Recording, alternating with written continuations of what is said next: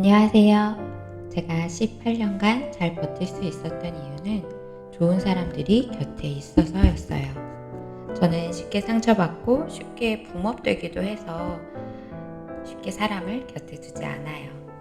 기억력은 또 나쁜 편이 아니라 좋은 일이건 안 좋은 일이건 오래도록 머리와 마음에 남아요. 제가 담는 게 아니라 담겨지는 거겠죠. 저는 팀내로 일하는 것에 익숙해져 있었고 실제 팀워크가 나빴던 적은 별로 없었던 것 같아요. 별로 없었던 거지 아예 없진 않았어요. 그렇다면 어떤 때에 팀워크가 나빴는지, 어떤 사람과 있을 때 팀워크에 영향을 미쳤는지, 그렇다면 어떤 직원과 상사를 피하는 게 좋은지 얘기해 볼게요. 이건 비즈니스도 마찬가지일 거예요. 팀워크가 좋으려면 개개인의 우수한 역량보다는 그들끼리의 연결고리가 좋아야 한다고 생각해요. 어쩌면 당연하지만 왜 피해야 하는지에 대한 5가지 이야기입니다. 먼저, 말이 많고 특히 남의 얘기를 많이 하는 사람은 피하세요. 당연한 말인데 이런 사람들은 언뜻 보면 성격이 좋고 유쾌한 사람으로 보일 수도 있어요. 남의 얘기가 욕은 아니어도 본인의 얘기보다 다른 사람 얘기를 더 많이 한다면 전 그다지 좋아하지 않아요. 회사는 작으면 작은 대로, 크면 큰 대로 말의 전달이 매우 빠른 곳이에요. 가까이 있다 보면 우연히 동료의 통화 내용도 듣게 되고 다른 부서나 멀리 앉아있는 직원보다 알게 되는 게 당연히 많거든요. 그래서 팀원들에게 늘상 얘기합니다. 우리 팀의 얘기들이 밖으로 나가지 않게 하자. 특히 나쁜 일은 더욱 나가지 않게 하자. 이런 사람들의 특징은 손을 입에다 가져다 대고 속삭이는 말을 자주 하고 너만 알고 있으라고 하죠.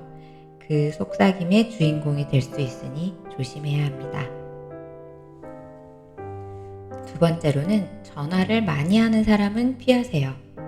업무하다가 밖으로 나가서 전화하는 사람 많죠.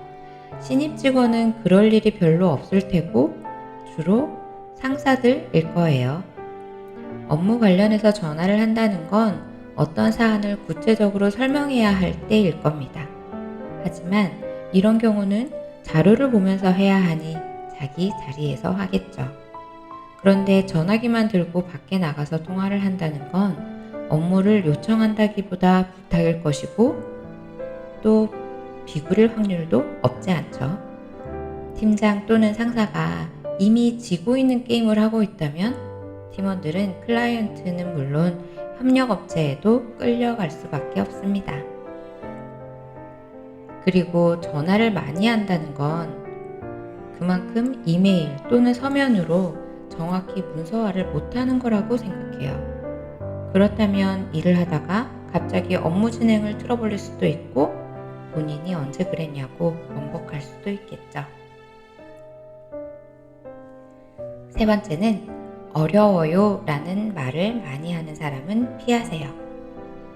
왜 회사 생활 팁 같은 거 보면 한번 해볼게요, 찾아볼게요 라고 말하는 사람이 좋은 평가를 받는다고 하잖아요. 어떤 일이 주어졌을 때 업무 내용을 듣자마자 그거 너무 어려워요.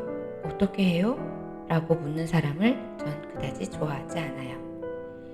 일단 내용을 듣고 자신이 혼자 생각할 시간을 가진 후 제가 이렇게 알아보고 해봤는데 그 다음은 어떻게 하는 게 좋을까요? 랑은 완전히 다르죠.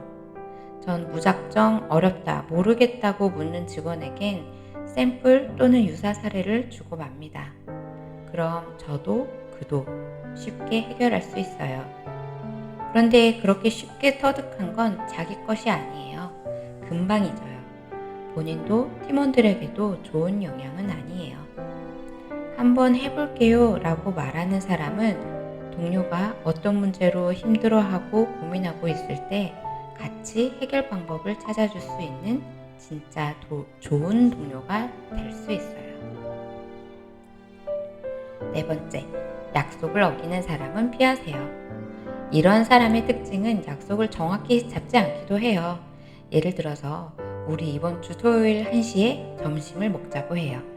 약속에 응한다면 보통은 좋아, 뭐 먹을까? 라고 대화를 이어나가는데, 이런 사람은 정확히 응 또는 yes 라고 말하지 않고 뭐 먹을까 정도로 대화를 이어가죠. 뭐 먹을까? 라고 물었으니 상대방은 그날 그 시간에 비워둬요. 하지만 이런 사람은 만나기 몇 시간 전 다른 일이 생겼다고 할 겁니다.